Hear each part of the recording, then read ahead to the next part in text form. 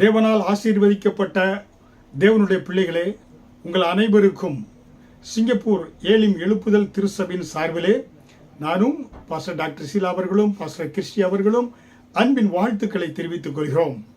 இன்றைக்கும் இந்த சுகமளிக்கும் செய்திக்குள்ளாக உங்களை அன்போடு கூட வாழ்த்தி வரவேற்கிறோம்.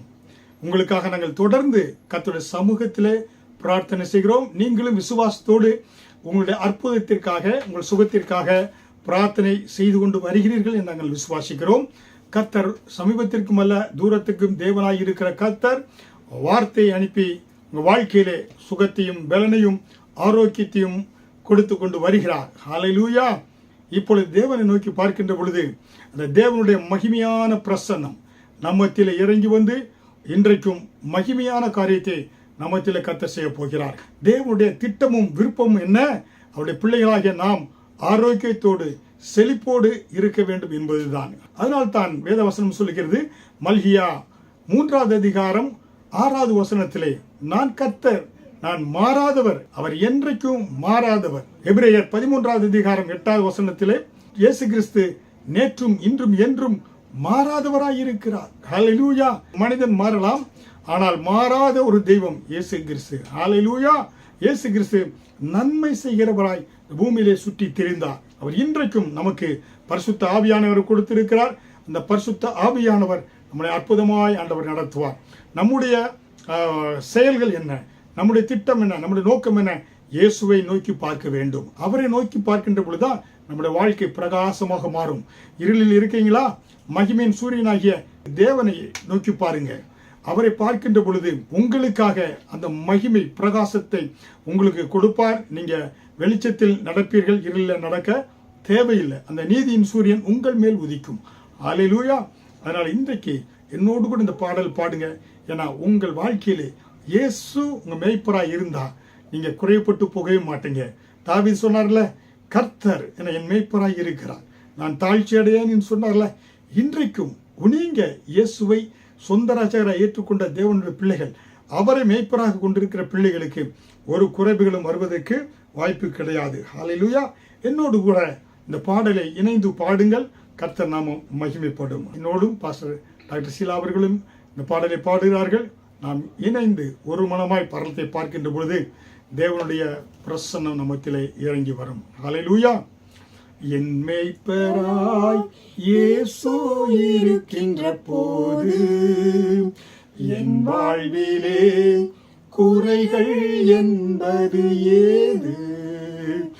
என் மேய்ப்பராய் இயேசு இருக்கின்ற போது என் வாழ்விலே குறைகள் என்பது ஏது? என்னை அவர் பசும்புல் பூமியிலே என் நேரமும் நடத்திடும் போதினிலே, என்னை அவர் பசும்புல் பூமியிலே என் நேரமும் நடத்திடும் போதினிலே, என்றும் இன்பம், ஆகா என்றும் இன்பம், ஆகா என்றென்றும் இன்பம் அல்லவா, என்றும் இன்பம், ஆகா என்றும் இன்பம், ஆகா என்றென்றும் இன்பம் அல்லவா. என் மேய்ப்பராய் இயேசு இருக்கின்ற போது என் வாழ்விலே குறைகள் என்பது ஏது?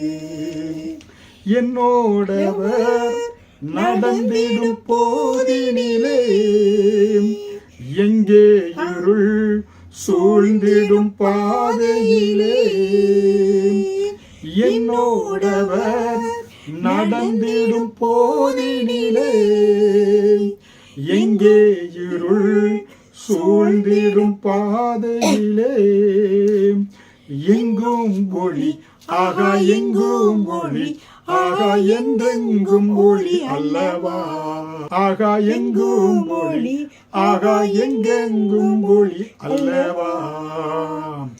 என் மேய்ப்பராய் இயேசு இருக்கின்ற போது என் வாழ்விலே குறைகள் என்பது ஏது? என்னை அவர் அன்பால் நிரப்பியதால் எல்லோருக்கும் நண்பனாயாக்கியதால் என்னை அவர் அன்பால் நிரப்பியதால் எல்லோருக்கும் நண்பனாயாகியதால் என்னுள்ளமே ஆகா என் தேவனை ஆகா என்னாலும் புகழ்ந்திடுமே. என் மேற்பராய் இயேசு இருக்கின்ற போது என் வாழ்விலே குறைகள் என்பது ஏது? என் மேய்ப்பராய் இயேசு இருக்கின்ற போது என் வாழ்விலே குறைகள் என்பது ஏது? அருமையான தேவனுடைய பிள்ளைகளே, இயேசு கிறிஸ்துவை சொந்த இரட்சகராய் ஏற்றுக்கொள்ளாதவர்கள் யாராவது இருந்தாலும் இந்த வேளையிலே நல்ல மேய்ப்பராய் இயேசுவை நாங்கள் உங்களுக்கு அறிமுகப்படுத்துகிறோம். அந்த இயேசு உங்கள் வாழ்க்கையில் ஒரு மேய்ப்பராக நீங்கள் உங்கள் ஆடை போல் நினைத்துக் கொள்ளுங்க. உங்கள் மேய்ப்பராக நீங்கள் அவரை கொண்டீர்கள் என்றால் உங்களை அவர் பசுமையான புல்வெளிகளை நடத்துவார். நீங்கள் திக்கற்று போக தேவையில்லை, நீங்கள் திசை கெட்டு போக தேவையில்லை. நீங்கள் வியாதியில் மடிந்து நீங்கள் யாரும் என்னை விசாரிக்க யாராவது இருக்கிறாங்களா என்று அலைய தேவையில்லை. உங்களை ஒரு தகப்பனை போல தேற்றக்கூடியவர், ஒரு தகப்பனை போல தோலை சுமக்கக்கூடியவர், ஒரு தாயை போல உங்களை நேசிக்கக்கூடியவர், அரவணைக்கக்கூடியவர், மார்போடு அணைக்கக்கூடியவர் உங்களுக்கு இருக்கிறார். அவர்தான் இயேசு கிறிஸ்து. அதனால் இந்த செய்தியை கேட்டுக்கொண்டிருக்கிற அருமையான தேவனுடைய பிள்ளைகளை, இயேசு கிறிஸ்துவை சொந்த இரட்சகராய் ஏற்றுக்கொள்ளவில்லை என்றால் என்னோடு கூட இந்த ரட்சிப்பின் ஜெபத்தை செய்கின்ற பொழுது தேவனுடைய பிள்ளைகளாய் மாறுறீங்க. தேவன் உங்களுடைய நேசராக, மீட்பராக, மேய்ப்பராக மாறுகிறார். என்னோடு கூட இந்த ஜெபங்களை செய்யுங்க. பரலோகத்தின் பிதாவே, எனக்காக நீர் இந்த பூமியிலே இயேசு கிறிஸ்துவை அனுப்பியதுக்காக நன்றி. இயேசு கிறிஸ்து இந்த பூமியிலே வந்து என் பாவங்களுக்காய், என்னுடைய அக்கிரமங்களுக்காய், என்னுடைய வியாதிகளுக்காய் அவர் மரித்து அடக்கம் செய்யப்பட்டு 3ஆம் நாள் உயிரோடு எழுந்தார் என்பதை நான் விசுவாசிக்கிறேன். அவரே என் இரட்சகர், அவரே என் உலக இரட்சகர் என்பதை என் வாயினால் அறிக்கை இடுகிறேன் என்று சொல்லுகின்ற பொழுது கர்த்தர் என்ன பார்த்தீங்கன்னா வாயினால் விசுவாசித்து அறிக்கை செய்கின்ற பொழுது அந்த அறிக்கையின்படி ரட்சிக்கப்படுறீங்க. அந்த நீங்கள் இப்பொழுது தேவனுடைய பிள்ளையாய் மாறுறீங்க. உங்களுடைய மேய்ப்பர் இந்த பூமியிலே நீங்கள் திக்கற்றவர்களாய் இந்த வானத்தின் கீழே திறந்து விடப்பட்ட நிலைமையில ஒரு அனாதையை போல நீங்கள் அலைய தேவையில்லை. உங்களுக்கு ஒரு பரம தகப்பன் இருக்கிறார். உங்களை நேசிக்கக்கூடியவர், உங்களை விசாரிக்கக்கூடியவர், உங்களுடைய கண்ணீரை துடைக்கக்கூடியவர், உங்களுடைய வியாதி எப்படிப்பட்ட வியாதியாக இருந்தாலும் அந்த வியாதியை குணமாக்கக்கூடியவர் இயேசு கிறிஸ்து. அவருடைய தழும்புகளால் குணமானீர்கள். இயேசு இந்த பூமியிலே வந்து என்ன செய்தாரே, எல்லா மனிதனுடைய வியாதிகளை அவர் ஏற்றுக்கொண்டு அவர் சுகத்தை கொடுத்திருக்கிறார். ஹல்லேலூயா. பாருங்க, பல வருடங்களுக்கு முன்பாக கனடா தேசத்திலே உலகத்தில் இருக்கக்கூடிய எல்லா டாக்டர்ஸ்லையும் ஸ்பெஷலிஸ்ட் எல்லாம் ஒன்று கூடி ஒரு கான்ஃபரன்ஸ் நடத்தினாங்க. அதில் அவங்க லிஸ்ட் எடுத்து பார்த்தாங்க. இந்த பூமியிலே மருத்துவர்கள் கண்டுபிடித்த மருந்தினாலே குணமாக்க முடியாத வியாதிகள் எத்தனை இருக்கிறது என்று அவர்கள் ஆராய்ச்சி செய்து அந்த டிஸ்கஷன் பண்ணுகின்ற பொழுது 39 வியாதிகள் குணமாக்க முடியாத வியாதிகளாக, அதாவது கேன்சருக்கு மருந்து கண்டுபிடிக்க முடியவில்லை, அதே போல எய்ட்ஸ் மருந்து கண்டுபிடிக்க முடியவில்லை. இப்படிப்பட்ட இந்த வியாதிகளுக்கு அதை குணமாக்க முடியாத வியாதிகள் 39 என்று சொன்னார்களாம். ஆனால் இந்த 39 வியாதிகளும் எதனால் குணமாகிறது என்றால் இயேசு கிறிஸ்து கல்வாரி சிலுவையிலே 39 கசையடிகளை அவர் ஏற்றுக்கொண்டார். 39 கசையடிகளை ஏற்றுக்கொண்டதினாலே இந்த தீர்க்க முடியாத 39 வியாதிகளையும் இயேசுவின் தழும்புகளால் அவருடைய ரத்தத்தால் நீங்க குணமாகிறீங்க. இயேசு கிறிஸ்துவின் ரத்தம் சகல பாவங்களை நீக்கி சுத்திகரிக்குமா. இயேசு 39 கசையடிகள் எனக்காக பட்டார் என்று விசுவாசிக்கின்ற பொழுது மருத்துவர்களால் குணமாக்க முடியாத வியாதியை இயேசு உங்களுக்கு குணமாக்குகிறார். அதனால் தான் உலக அற்புதம்ங்க. 30 லட்சம் ஜனங்கள், இஸ்ரேல் ஜனங்கள் எகிப்தில் அடிமைகளாக இருந்தாங்க. கர்த்தர் அவர்களை கொண்டு வருகின்ற பொழுது வனாந்தரத்திலே இந்த 30 லட்சம் ஜனங்களை பார்த்து ஒரு வாக்கு கொடுக்கிறார். யாத்திராகமம் 15வது அதிகாரம் வசனம் 25 26 பார்க்கின்ற பொழுது, நானே பரிகாரியாகிய கர்த்தர், எகிப்தியனுக்கு வந்த எந்த வியாதி உங்களுக்கு நான் வரவிட மாட்டேன், நானே பரிகாரியாகிய கர்த்தர் என்று வாக்கு கொடுத்தார். ஏனென்றால் பரிகாரி என்றால் பரம வைத்தியர், அவரால் தீர்க்க முடியாத அந்த வியாதியும் கிடையாது. வாக்கு கொடுத்துட்டார்ல, வாக்கு மாறாத ஒரு தேவன், வாக்கை அப்படியே நிறைவேற்றினார். இந்த இஸ்ரவேல் ஜனங்கள் வனாந்திரத்தில் நடந்தாங்க, கோத்திரங்களில் ஒருவன் கூட பலவீனப்பட்டவன் இல்லை என்று சொல்லி சங்கீதம் 105வது அதிகாரத்தில் வசனம் 37 பார்க்கலாம்.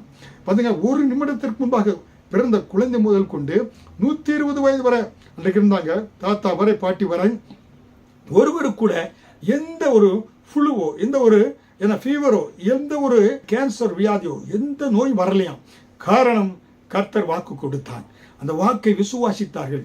30 லட்சம் ஜனங்களும் கண்மூடித்தனமாக அவர்கள் விசுவாசித்தார்கள். ஹல்லேலூயா! அருமையான தேவனுடைய பிள்ளைகளே, அவர்களுடைய விசுவாசம் வருவதற்கு காரணம் அந்த யாத்திராகமம் 15வது அதிகாரத்திலே முன்புள்ள வசனங்களை 20-21 பார்த்தோம் என்றால், மாரா என்ற இடத்துக்கு வர்றாங்க. மாரா என்ற இடத்திற்கு அந்த செங்கடலை தாண்டி மோசேயின் தலைமையில் 30 லட்சம் ஜனங்கள் வருகிறார்கள். வருகின்ற பொழுது அவர்கள் குடிப்பதற்கு 3 நாள் ஆகிவிட்டு அங்கே வரும்பொழுது அவர்கள் குடிப்பதற்கு தண்ணீர் இல்லை. அங்கே தண்ணீர் இல்லாத போது அங்கே ஒரு தடாகத்தை பார்க்கிறாங்க, ஒரு லேக்கை பார்க்கிறாங்க, தண்ணீர் இருக்கிறது. ஆனால் தண்ணீரை குடிக்கும்படி அங்கே சென்ற பொழுது அந்த தண்ணீர் எப்படியாக இருக்கிறது? கசப்பாக இருக்கிறது. கசப்பு என்றால் மாறா என்ற அர்த்தம். அதில் சாவு இருக்கிறது. அதை குடித்தால் அந்த ஜனங்கள் செத்து போயிடுவாங்க. மோசையை பார்த்து முறுமுறுக்கிறாங்க. மோசே கர்த்தரை நோக்கி பார்த்து கேட்ட பொழுது கர்த்தர் ஒரு மரத்தை காண்பித்தார். அங்கே இருந்த மரம், அந்த மரத்தை மோசே வெட்டி அந்த தடாகத்தில் தண்ணீரில் போட்ட பொழுது அந்த மரம் என்ன செய்தது? அந்த தண்ணீரில் இருந்த அந்த கசப்பை, அந்த மரணத்தை உறிஞ்சி தன்னிடத்தில் இருந்த மதுரத்தை குடித்தது. அந்த 30 லட்சம் ஜனங்களும் அந்த தண்ணீரை எடுத்து பருகிறார்கள். அவர்கள் தாகம் தீர்க்கப்பட்டது. அவர்களுக்கு கர்த்தர் ஜீவனை கொடுத்தார் என்று பார்க்கிறோம். ஹல்லேலூயா! அதனால் தான் அருமையான தேவனுடைய பிள்ளைகளே, தேவன் நமக்காக அவர் மரத்திலே, கல்வாரி மரத்திலே தொங்கினார். மரத்திலே தூக்கப்பட்டவன் எவனும் சவிக்கப்பட்டவன் என்றபடி இயேசு மரத்திலே அவருடைய தூக்கப்பட்டவர், சரீரம் வெட்டப்பட்டது, அவர் சரீரங்கள் பிக்கப்பட்டது. இயேசு என்ன செய்கிறார்? நம்மளுக்குள்ள மரணத்திற்கு வியாதிகளை எல்லாம், மரணம் அறியாதவர், பரிசுத்தமானவர், மனுக்குலத்திற்கு இருக்கிற எல்லா மரணத்தையும் அவர் உறிஞ்சி தன்னிடத்தில் இருக்கிற ஜீவனை கொடுத்தார். என்ன விசுவாசிக்கிறவன் சாவாமல் பிழைப்பான், நித்திய ஜீவனை பெற்றுக்கொள்வான் என்று சொன்னாரே, அவரை விசுவாசிக்கின்ற பொழுது அவர் நமக்குள்ள வியாதிகளையும் நமக்குள்ள மரணம் எல்லாவற்றையும் அவர் எடுத்துக்கொண்டு, எப்படியாக இந்த மரம் மாறாவின் தடாகத்தில் இருக்கக்கூடிய அந்த கசப்பை உறிஞ்சி, ஒரு ஸ்பாஞ்சை போல அதை உறிஞ்சி ஜீவனை கொடுத்தது, மதுரத்தை கொடுத்தது. இயேசு நம்முடைய மரணம், வியாதி, நம்முடைய மீறுதல்கள், நம்முடைய அக்கிரமங்கள், நம்முடைய கண்ணீர், நம்முடைய கவலைகள், வேதனைகள் எல்லாம் கிருபையாய் அவர் நினைத்தார், ஏற்றுக்கொண்டார். சிலுவையில் ஏற்றுக்கொண்டு இந்த மனுக்குலம் என்ன செய்ய வேண்டும் என்றால் என வாழ்ந்திருக்க வேண்டும். பிதாவானவர் தன் சொந்த குமாரனாகிய இயேசுவை பூமிக்கு அனுப்பி, அன்பிலேயும் மேலான அன்பு, அகாப்பே அன்பு சொல்லுகிறோமே, அகாப்பே என்றால், அகாப்பே அன்பு என்று சொன்னால் அப்பா பிதாவே என்று அழைக்கக்கூடிய அந்த உரிமையை என்ன இயேசு நமக்கு கொடுத்திருக்கிறாரே. ரத்தத்தால் கழுவப்பட்டு அவர் ரட்சிக்கப்படுகின்ற பொழுது இவ பிதாவினிடத்தில் நம்ம என்ன செய்யலாம்? தைரியமாக அப்பா பிதாவே என்று நம்ம அவரை அழைக்க முடியும். அவர் பிள்ளைகளாக மாறுறோம். ஏனென்றால் இயேசுவை நமக்காக பூமிக்கு அனுப்பி, அவர் சொந்த குமாரன் என்று பாராமல் அவர்கிட்ட இருக்கக்கூடிய பெரிய கிறிஸ்டல் உயர்ந்த இது அவருடைய மகன், அவரையே பூமிக்கு அனுப்பி அவரே நமக்காக பலியாகும்படியாக ஒப்பு கொடுத்து நம்மை அவருடைய பிள்ளையாக மாற்றி இருக்கிறார். ஹல்லேலூயா! இதுதான் கிறிஸ்தவத்தினுடைய மேன்மை. நீங்க பலி செலுத்த தேவையில்லை, இயேசு பலியாகி இருக்கிறார். அதை விசுவாசித்தால் போதும். நீங்க ஆட்டையோ மாட்டையோ கோழியோ பலி செலுத்த தேவையில்லை. மிருகத்துடைய பலியில நமக்கு நிரந்தர நிவாரணம் அல்ல. பழைய ஏற்பாட்டு அப்படிதான் இருந்தது. ஆனால் இயேசு முழு மனுக்குலத்திற்காக தன் ஜீவனையே கல்வாரி சிலுவையில் பலியாகி நம்மை மீட்டெடுத்திருக்கிறார். நம்ம தகுதியில், நம் பாவிகள், நம்ம தகுதியானவர்கள் அல்ல. நான் தான் கிருபை என்பது தகுதி இல்லாதவர்களுக்கு என பாராட்டுகிற இரக்கம், கிருபை. இதுதாங்க மாபெரும் கிருபை. இந்த கிருபையை நீங்க ருசித்து பார்த்துட்டீங்கன்னா நீங்க பாவம் செய்ய மாட்டீங்க. ஏன்னா பாவத்தை நான் இயேசு கிறிஸ்து எனக்காக மரித்திருக்கிறார் என்று சொல்கின்ற பொழுது பாவத்தை மேற்கொள்ளக்கூடிய அந்த பலனை பரிசுத்த ஆவியானவர் உங்களுக்கு கொடுப்பார். அதுதான் கிருபையால் ரட்சிக்கப்படுவது என்பது. அதனால் தான் உங்க மேய்ப்பராய் இயேசுவை நீங்க ஏற்றுக்கொள்ளுங்க. இயேசு கிறிஸ்து உங்க மேய்ப்பராய் இருந்தான்னா உங்க வாழ்க்கையில குறைகள் என்பதே கிடையாதுங்க. ஹல்லேலூயா. அதனால் தான் இன்றைக்கு உங்களோடு கூட எப்படியாக விசுவாசத்தினாலே என சுகத்தை பெற்றுக்கொண்டார்கள் என்பதை குறித்து நான் சொல்ல இருக்கிறேன். எபிரேயர் 11வது அதிகாரம் வசனம் 6 விசுவாசம் இல்லாமல் தேவனுக்கு பிரியமாயிருப்பது கூடாத காரியம்.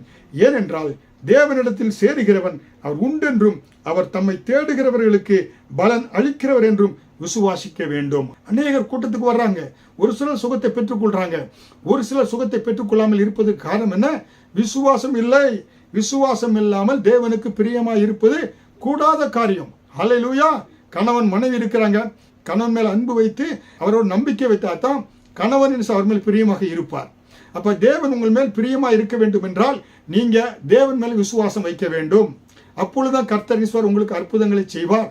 நீங்க அவிசுவாசமா என்ன நடக்க போகுது, ஏது நடக்க போகுது என்று அவிசுவாசமாக இருந்தால் சுகத்தை பெற்றுக்கொள்ள முடியாது, அற்புதத்தை நீங்க பெற்றுக்கொள்ள முடியாது, கர்த்தர் உங்களுக்காக அதிசயங்களை செய்ய முடியாது. ஏனென்றால் தேவனிடத்தில் சேருகிறவன் அவர் உண்டென்றும் அவர் தம்மை தேடுகிறவர்களுக்கு பலன் அளிக்கிறார் என்றும் விசுவாசிக்க வேண்டும் என்று எபிரேயர் 11வது அதிகாரம் 6வது வசனம் சொல்கிறது. ஹல்லேலூயா. இதுவரை நீங்க சுகத்தை பெற்றுக்கொள்ளவில்லை என்றால் உங்களுக்கு நான் சொல்றேன், இந்த வேளையில கண்மூடித்தனமாய் 30 லட்சம் ஜனங்கள் விசுவாசித்தாங்களே நானே பரிகாரி என்று நீங்க விசுவாசித்து பாருங்க. ஒரு மாசத்துல இயேசுதான் பரிகாரி, இயேசுதான் என்னை குணமாக்கக்கூடியவர். நீங்க எப்படிப்பட்ட வியாதியில இருந்தாலும் இயேசு என்னை சுகமாக்குகிறார், இயேசு என்னை குணமாக்குகிறார், அவரை தேடுகிறவருக்கு அவர் பலன் அளிக்கிறார் என்று நீ விசுவாசிக்கின்ற பொழுது கர்த்தர் உங்கள் ஜெபங்களுக்கு பதில் கொடுக்கிறார். உங்க படுக்கையை ஆண்டவர் மாற்றுகிறார், உங்கள் வியாதியை ஆண்டவர் மாற்றுகிறார். பாருங்க, எங்களுடைய சிங்கப்பூர் தேசத்துல அநேகரை பார்க்கிறோம். கேன்சர் 4th ஸ்டேஜ், 4வது ஸ்டேஜ்னா சரீரத்தில் எல்லா இடத்திலும் கேன்சர் பரவி விட்டது. அவர்கள் விசுவாசத்தோடு திருவிருந்த ஒவ்வொரு நாளும் நீரே என் பரிகாரி என்று சொல்லி திருவிருந்த எடுத்தாங்க. தழும்புகளால் குணமாகிறோம் என்று சொல்லி ஒவ்வொரு நாள் எடுக்கின்ற பொழுது ஒரு மாசம் கழிச்சு போய் டாக்டர் பார்க்குறாங்க, இந்த 4th ஸ்டேஜ் கேன்சர் முற்றிலுமாய் குணமாகி விட்டது, கேன்சருக்குள்ள அறிகுறியே கிடையாது, கேன்சர் கட்டிகள் எல்லாம் மறைந்து போய்விட்டது என்று அநேக சாட்சிகளை நாங்கள் சொல்ல முடியும். ஹல்லேலூயா. அதனால தான் உங்களுக்கு சொல்றேன், அருமையான தேவனுடைய பிள்ளைகளே, நீங்க விசுவாசம் வைங்க, திருவிருந்திலையும் பங்கு பெறுங்க, கர்த்தருடைய வார்த்தை மேல விசுவாசம் வைங்க, இயேசு மேல நீங்க விசுவாசம் வைங்க. ஹல்லேலூயா. பூமிக்குரிய பொருட்களை பணத்தினால் வாங்கிறோம், ஆனால் பரலோகத்திற்குரிய ஆசீர்வாதங்களை பொக்கிஷங்களை நாம் விசுவாசத்தின் மூலமாக தான் பெற்றுக்கொள்ள முடியும். ஹல்லேலூயா. ஆனால் என்ன சொன்னாரு? உங்கள் விசுவாசத்தின்படியே உங்களுக்கு உண்டாக கடவுது என்று சொன்னார். பாருங்க, அங்க என்ன சொல்றாரா? உனக்கு விசுவாசம் தேவைப்பா, கர்த்தரால் இது செய்ய முடியும் என்ற அந்த விசுவாசம் இருக்கிறதா என்று கேட்டுதான் என்ன செய்தாரு? இயேசு அற்புதங்களை செய்தார் என்று நாம் பார்க்கிறோம். அதனால் தான் இயேசு கிறிஸ்து எல்லாவற்றையும் தர வல்லமை உள்ளவர் என்பதை நீங்கள் என்ன செய்ய வேண்டும்? விசுவாசிக்க வேண்டும். ஹல்லேலூயா. நம்முடைய வாழ்க்கையிலே பல வேளைகளிலே பிரச்சனைகள், போராட்டங்கள், சூழ்நிலைகள் நம்முடைய விசுவாசத்தை தடுமாற செய்யக்கூடியதாக இருக்கும். பிசாசன் காண்பிப்பான், இவ்வளவு பிரச்சனை இருக்கு, இந்த பிரச்சனை தீர்க்க முடியுமா? இது யாரு தீர்ப்பா? இயேசுவால் தீர்க்க முடியுமா என்று சொல்லி உங்களுக்கு என்ன மனச்சோர்வை கொண்டு வருவான், டிப்ரெஷனை கொண்டு வருவான். இந்த மனச்சோர்வு உங்களுக்கு என்ன உண்டாகும்? அவிசுவாசத்தை கொண்டு வரக்கூடியதாக இருக்கும். இந்த மனச்சோர்வு என்ன செய்யும்? உங்க வாயிலிருந்து அவிசுவாசமான வார்த்தைகளை, என்னத்தை நடக்க போகுது, என்னுடைய பிள்ளை எங்க படித்து முன்னுக்கு வர போறான், என் கணவர் எங்க ரட்சிக்கப்பட போறாரு, என் வீட்டுல எப்படி செல்வம் வரப்போகுது, பட்ட காலிலே பட்டிட்டு இருக்கு, எனக்கு எல்லாம் நடக்குமா என்று சொல்லி நீங்க வாயில சொல்ல சோர்வு நிமித்தம் சொல்கின்ற பொழுது மரணமும் ஜீவனும் நாவின் அதிகாரத்தில் இருக்கிறது என்று பார்க்கிறோமே. நீதிமொழிகள் 18வது அதிகாரம் வசனம் 21 அவனவன் பலனினால் அவனுடைய வாயின் பலனினால் வயிறு நிரம்பும். வாயில் எதை சொல்றீங்களோ உங்க வாழ்க்கை அதுதான் நிரம்பும். ஒருவேளை இதுவரை உங்க வாழ்க்கையில கண்ணீர் கவலையா, பற்றாக்குறையா, நல்ல ஒரு திருப்தியில வாழ்க்கை வாழ்ந்திருக்கீங்களா? சற்று இந்த வேளையில சிந்தித்து பாருங்க, சோதித்து பாருங்க. எதை வாயில நம்ம பேசி இருக்கிறோம், எதை பேசணுமோ அதுதான் இன்றைக்கு ரிசல்ட்டாக விழுந்திருக்கிறது. பாருங்க, அநேகர் சொல்லுவாங்க, பிள்ளை என்ன செய்யறான், கலெக்டராக மாற போறேன், ஐஏஎஸ் செக்ரட்டரியாக மாற போறேன், இன்ஜினியராக மாற போறேன், டாக்டராக மாற போறேன் சொல்லக்கூடிய எல்லா பெரிய லெவலில் உயர்ந்து இருக்கிறாங்க. ஏன்னா அவங்களுக்கு தெரியும் நாவில வார்த்தையில வல்லமை இருக்கிறது, விசுவாச வார்த்தைகளை பேசினால் விசுவாசம் நடக்கும். அருமையான தேவனுடைய பிள்ளைகளே, அதை உங்களுக்கு நான் எடுத்துக்காட்டாக சொல்ல வேண்டும் என்றால், இந்தோனேசியா தேசத்துல மில்தாரி என்று சொல்லக்கூடிய ஒரு போதகர் இருந்தார். அவர் ஒரு நாள் கர்த்தர் அவருக்கு சொன்னார், உன்னை நான் அமெரிக்க தேசத்துக்கு அழைத்து கொண்டு செல்வேன், இத்தனாம் தேதியில உன்னை அழைத்து கொண்டு செல்வேன், நீ அங்க அமெரிக்க தேசத்துல சென்று ஊழியம் செய்வாய் என்று சொல்லி அவர் விசுவாசித்தார். ஆனால் அவரிடத்துல அமெரிக்கா செல்வதற்கு ஏற்ற அந்த டிக்கெட் பணம் வாங்குவதற்கு பணம் இல்லை. ஆனாலும் அவர் விசுவாசித்தார். கர்த்தர் தன்னை அமெரிக்க தேசத்துக்கு அழைத்து கொண்டு செல்வார் என்று சொல்லி அதுக்கான விசா காரியங்களை ஏற்பாடு செய்திருந்தார். ஆனால் டிக்கெட் அதிகமான விலையாக இந்தோனேஷியா பணத்திற்கு வாங்க முடியாதனால, ஆனால் அவர் சோர்ந்து போகல. சொன்ன தேதியிலே அவர் என்ன செய்தாரு, ஜகார்த்தா ஏர்போர்ட்டுக்கு சென்றார். அங்கே சென்று அந்த ஏர்போர்ட்டில் அந்த டிக்கெட் கவுண்டரில் சென்று ஆனால் கிளியரன்ஸுக்காக சென்று தன்னுடைய பாஸ்போர்ட் விசா கொடுக்கிறாரு. கொடுத்து நான் அமெரிக்க தேசம் செல்ல வேண்டும் என்று அவங்க கேட்குறாங்க, டிக்கெட் இருக்கிறார் என்று அவர் சொன்னார், இல்லை என்னிடத்தில் டிக்கெட் கிடையாது, ஆனால் கர்த்தராகிய இயேசு கிறிஸ்து என்னை அழைத்து செல்வேன் என்று வாக்கு கொடுத்திருக்கிறார் என்று சொன்ன பொழுது அவர்கள் சொன்னாங்க, என்ன இது இப்படி பேசுற, நீ டிக்கெட் இல்லை என்றால் உன்னை நாங்கள் அழைத்து செல்ல முடியாது என்று அவரை நிராகரித்து விட்டார்கள். அவர் என்ன செய்தாரு, அப்படியாக வந்து அங்கே அவங்க இருக்கக்கூடிய அந்த வெயிட்டிங் சேர்ல உட்கார்ந்து இருக்கிறார். உட்கார்ந்து அவர் ஆண்டவர் துதித்து கொண்டு இருக்கிறார். அவர் வழி அனுப்பி வந்த நண்பர்கள் எல்லாம் சொல்றாங்க, எப்படி டிக்கெட் இல்லாம நியூயார்க் பட்டணத்துக்கு செல்ல முடியும் என்று சொல்லி. அப்பொழுது அவர் சொன்னார், என் இயேசு என்னை வெட்கப்படுத்த மாட்டார் பார்த்து சொல்லிக் கொண்டு இருக்கிறார். அந்த பிளைட் செல்ல இருக்கிற லாஸ்ட் கால் கேட் எல்லாம் மூடப்படுகிறது. மூடப்பட்டு பறந்து சென்று விட்டது. ஜகார்த்தா விமான நிலையத்திலிருந்து அது நியூயார்க் பட்டணத்துக்கு பறந்து சென்று விட்டது. ஆனாலும் இந்த மில்டார் என்ற போதகர் அந்த சேர்லே உட்கார்ந்து ஆண்டவரை தூதி ஜெபித்துக் கொண்டே இருக்கிறார். விமானம் பறந்து சென்று ஒரு அரை மணி நேரத்துக்கு மேல ஆகிவிட்டது.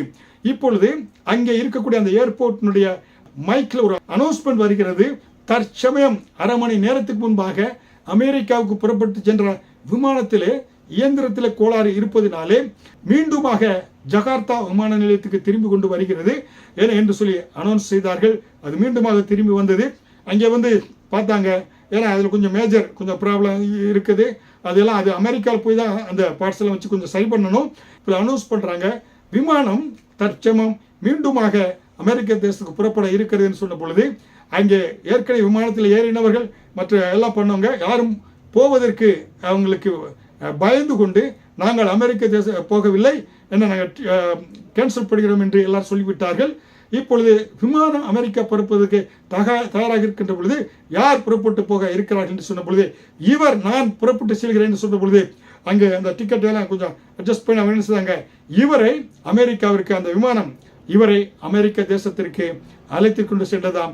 அந்த பிளைட்ல ஒரு பிரசிடென்டை போல ஒரே ஒரு நபராக இந்த மிலிட்டரி போதகரை எந்தவித விமானத்தில் கோளர் இல்லாதபடி ஒரு பிரசிடென்டை போல சென்று நியூயார்க் பட்டணத்தில் விட்டதாம். ஹல்லேலூயா.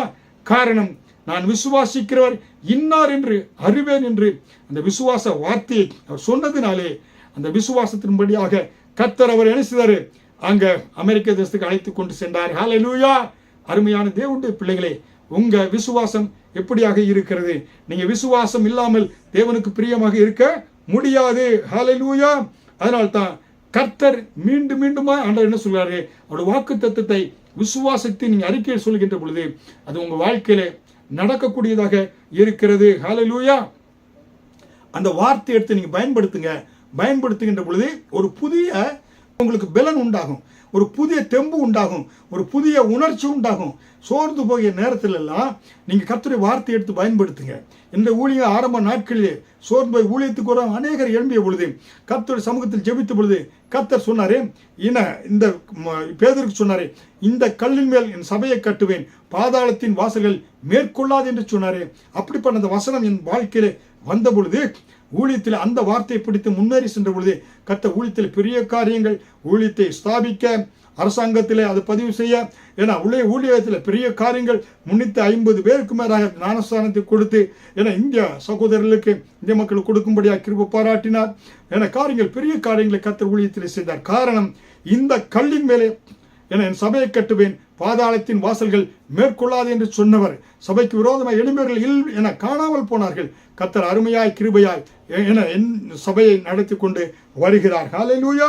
அருமையான தேவனுடைய பிள்ளைகளே, அப்ப வாக்கு தத்தங்களை விசுவாசம் எடுத்து பயன்படுத்துகின்ற பொழுது உங்க உள்ளம் என்ன செய்யறோம், கொழுந்து விட்டு எரியும். உங்க உள்ளத்திலே ஏன்னா அந்த வார்த்தைகள் உங்களை கொழுந்து விட்டு எரியக்கூடியதாக இருக்கிறது. ஹல்லேலூயா.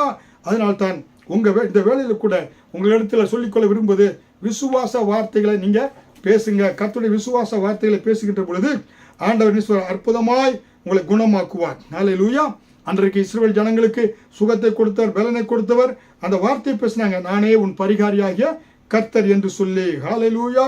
அதனாலே தேவனாய கர்த்தர் ஏன்னா வசனம் சொல்கிறது, யாத்திராகமம் 15வது அதிகாரம் வசனம் 26, நீ என் தேவனாய கர்த்தரின் சத்தத்தை கவனமாய் கேட்டு அவர் பார்வைக்கு செம்மையானவைகளை செய்து அவர் கட்டளைகளுக்கு செவி கொடுத்து அவருடைய நியமங்கள் யாவையும் கை கொண்டால் நான் எகிப்திற்கு வரப்பண்ணின வியாதிகளில் ஒன்றையும் உனக்கு வரப்பண்ணேன். நானே உன் பரியாரியாகிய கர்த்தர் என்றார். ஹல்லேலூயா. அருமையான தேவனுடைய பிள்ளைகளே, நீங்க உங்க வாழ்க்கையில பார்த்தீங்கன்னாக்க தேவன் ஹல்லேலூயா கர்த்தர் நல்லவர் என்பதை ருசித்து பாருங்க. ஆண்டவர் உங்களுக்கு எந்த வியாதி வர வைக்க மாட்டாங்க. இஸ்ரவேல் ஜனங்கள் அந்த மாறாவின் கசப்பு இருந்துச்சு பாருங்க, அந்த கசப்பை ஆண்டவர் நீக்கினார். நீக்கி இந்த மரண வியாதி நீக்கி ஆண்டவர் ஜீவ தண்ணீர் அவர்கள் கொடுத்தார். ஹல்லேலூயா. மாறா என்றால் கசப்பு. இன்றைக்கு பாருங்க, நவோமி எகிப்திலிருந்து எருசலேமில் இருந்து அவ என்ன செய்யறா, என்ன இதுக்கு போறா. ஹல்லேலூயா. எரிகோ பட்டணத்துக்கு அங்கே சென்ற பொழுது சபிக்கப்பட்ட இடத்துக்கு போறா. கணவன் இறந்து போனா, தன்னுடைய 2 மகன்கள் இறந்து போனா. ஏன்னா அப்படிப்பட்ட சூழ்நிலையிலே அவள் என்ன செய்யறான், கசப்பான ஒரு வாழ்க்கை. இன்னும் நகோமி கூப்பிடாதுங்க, மாறால் என்று கூப்பிடுங்க, கசப்பு என்று கூப்பிடுங்க என்று சொன்னான். நீ கசப்பான வாழ்க்கையோடு நீ வாழ்ந்து கொண்டிருக்கிறீங்களா? இந்த கசப்பை இயேசு மாற்றுவார் என்று விசுவாசிங்க. இயேசுவால் குணமாக்க முடியாத வியாதி கிடையாது. இயேசுவால் கசப்பான உங்க வாழ்க்கை என அவர் மதுரமாக மாற்றி கொடுப்பார். ஹல்லேலூயா. அதனால்தான் கர்த்தர் வாக்குத்தத்தம் பண்ணினவர் உண்மையுள்ளவர். இந்த வாக்குத்தத்தத்தை நிறைவேற்றுவதற்கு வல்லமையுள்ளவராக இருக்கிறார். ஹல்லேலூயா. அருமையான தேவனுடைய பிள்ளைகளே, அதனால பாருங்க, சங்கீதம் 105வது அதிகாரம் வசனம் 37 அவர்களை வெள்ளியோடும் பொன்னோடும் புறப்பட பண்ணினார். அவர்கள் கோத்திரங்களில் பலவீனப்பட்டவன் ஒருவரும் இருந்ததில்லை. 430 வருடம் அடிமையாக இருக்கிறாங்க. அவர்களுக்கு எதுவுமே சொந்தம் கிடையாது. வீடு சொந்தம் இல்லை, உடை சொந்தம் இல்லை, ஏன்னா அண்ட இடம் இல்லை, ஏன்னா எதுவுமே சொந்தம் கிடையாது. அப்படிப்பட்ட அடிமைகளாக இருந்த அவர்களை நிமிர்ந்து நடக்க முடியாது. கர்த்தர் அவர்களை புறப்பட பண்ணுகின்ற பொழுது பணக்காரனாக வெள்ளி பொண்ணையும் அவர்கள் என்ன செய்தாங்க, வெள்ளி பொண்ணு எல்லாவற்றையும் அந்த எகிப்திலிருந்து பிடுங்கி பணக்காரராக அவர்களை கர்த்தர் புறப்பட பண்ணினார். கோத்திரங்களில் ஒருவன் கூட பலவீனப்பட்டவன் இல்லை. எவ்வளவு ஆச்சரியம் பாருங்க. கர்த்தர் வாக்கு கொடுத்தார் இல்லைங்க, வாக்கை இங்க அவர் நிறைவேற்றுவார். ஹல்லேலூயா. ஜெபம் பண்ணுகின்ற பொழுது ஏனோதானா என்று அசட்டியா இல்லாதபடி எவைகளை கேட்கிறீர்களோ அவைகளை பெற்றுக் கொள்வோம் என்று விசுவாசியுங்கள், அப்பொழுது அவைகள் உங்களுக்கு உண்டாகும். விசுவாசத்தோடு ஜெபிக்கிறீங்களா? இனிமேல் விசுவாசத்தோடு ஜெபிங்க. இயேசு சொன்னாரே, என் நாமத்தில் விசுவாசத்தோடு கேளுங்க, பிதாவின் நாம மகிமைக்காக செய்வேன் என்று சொன்னாரே. அதனால பெரும்பாடுள்ள ஸ்திரீ இயேசுவிடத்தில் வந்த பொழுது சுகத்தை பெற்றுக்கொண்டார். இயேசு என்ன செய்தாரு, மகளை திடன் கொள், உன் விசுவாசம் உன்னை ரட்சித்தது என்று மத்தேயு 9வது அதிகாரம் 22 பெரும்பாடு கஷ்டப்பட்ட எவ்வளவு பணங்கள் செலவழித்தா.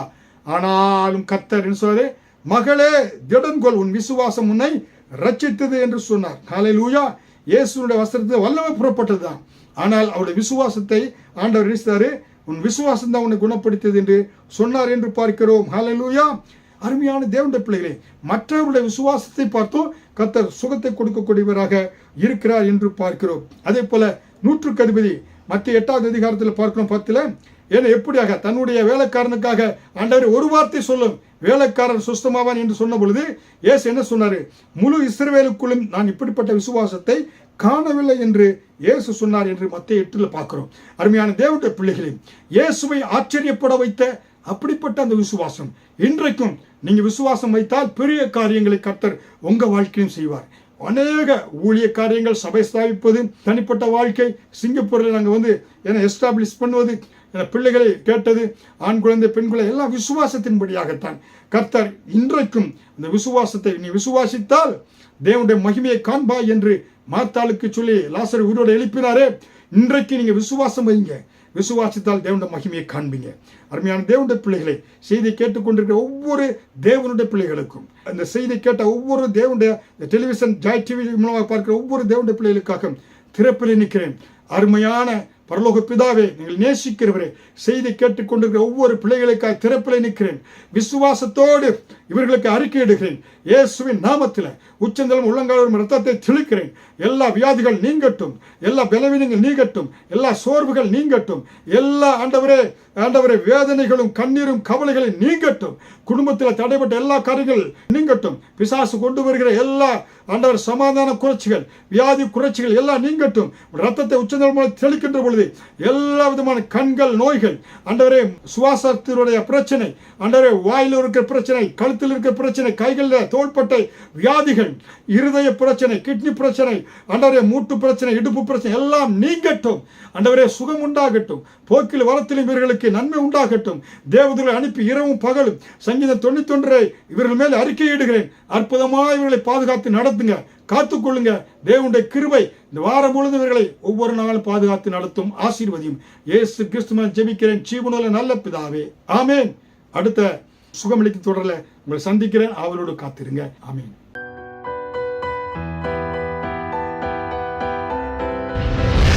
கர்த்தர் உங்களை ஆசீர்வதிப்பாராக.